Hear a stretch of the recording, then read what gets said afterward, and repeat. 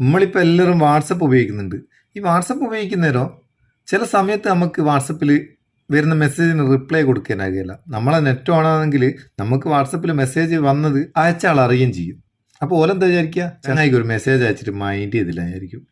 അതിന് നമുക്ക് എന്ത് ചെയ്യുക, വാട്സപ്പിൽ ഒരു ഓട്ടോ മെസ്സേജ് സെറ്റ് ചെയ്യുക. അതായത് വാട്സപ്പിൽ നമുക്ക് ആര് മെസ്സേജ് വിട്ടാലും അന്നേരം തന്നെ ഒരു റിപ്ലൈ മെസ്സേജ് ഒലിക്ക് പോകും. നമ്മൾ ഇഷ്ടമുള്ള എന്താണോ എഴുതി വെക്കുന്നത് അത്. ഇപ്പോൾ ഞാൻ തിരക്കിലാന്ന്, കുറച്ച് കഴിഞ്ഞിട്ട് നിങ്ങളെ മെസ്സേജ് നോക്കി മറുപടി തരാം, അങ്ങനെയൊക്കെ എഴുതി വെച്ച് കഴിഞ്ഞാൽ ആ മെസ്സേജ് അയച്ച ആൾക്കൊരു സമാധാനം, ചങ്ങായി റിപ്ലൈ വിട്ടിക്കല്ലോ. ഇതിന് നമുക്ക് എന്ത് ചെയ്യുക, ഇതിന് വാട്സ് ഓട്ടോ എന്ന് പറയുന്ന ചെറിയൊരു ആപ്ലിക്കേഷൻ ഇൻസ്റ്റാൾ ചെയ്യാം. വാട്സപ്പിൽ ഡിഫാൾട്ടായിട്ട് ഇങ്ങനത്തെ ഓപ്ഷനൊന്നുമില്ല, ഭാവിയിൽ വാട്സപ്പ് കൊണ്ടുവരായിരിക്കും. തൽക്കാലം നമുക്ക് ഇങ്ങനെ ചെയ്യാം.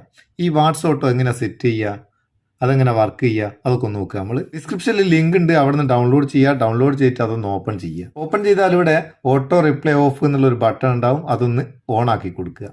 ഓൺ ആക്കുന്ന നേരം ബാറ്ററി ഒപ്റ്റിമൈസേഷൻ്റെ ആ സെറ്റിങ്സിലേക്ക് പോകും. അത് ക്യാൻസൽ ചെയ്യുക, അത് ചെയ്യണമെന്നില്ല, വേറെ ഒന്നും ചെയ്യണ്ട.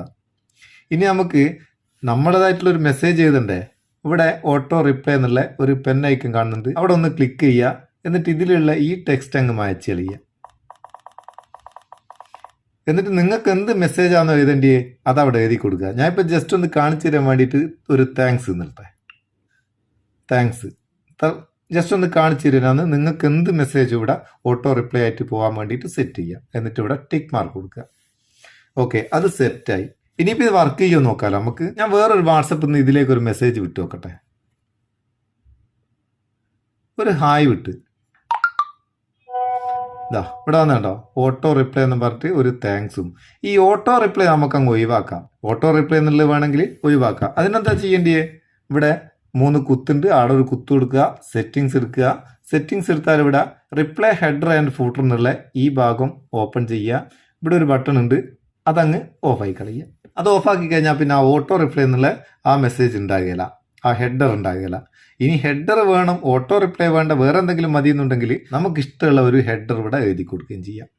ഇത് ഓണാക്കിയിട്ട് സംഭവം പൊളിച്ചില്ലേ. ആ ഹെഡർ ഓഫാക്കിയതിന് ശേഷം ഒരു മെസ്സേജ് വിട്ടു വെക്കുക, ഒരു ഹായ് കൂടി വിട്ട്. സ്പോട്ടിൽ തന്നെ മെസ്സേജ് വന്നുണ്ടോ, ഹെഡർ ഇല്ല, താങ്ക്സ് മാത്രം. അപ്പോൾ അത് നിങ്ങൾക്ക് ആവശ്യമുള്ള പോലെ സെറ്റ് ചെയ്ത് കൊടുക്കുക. സംഭവം ഉപകാരമാണെന്ന് തോന്നിയിട്ടുണ്ടെങ്കിൽ ചങ്ങായിമാർക്കും ഷെയർ ചെയ്ത് കൊടുക്കുക. വീഡിയോ ഇഷ്ടപ്പെട്ടിട്ടുണ്ടെങ്കിൽ ഒരു ലൈക്കും കൊടുത്തേക്ക്. അപ്പോൾ നമുക്കൊരു ബൂസ്റ്റ് ആയിക്കോട്ടെ. നമുക്ക് അടുത്ത വീഡിയോയിൽ നല്ല സെഗ്മെന്റ് കാണാം. നിങ്ങളുടെ സ്വന്തം Muthoos Meppayur. Thank you so much.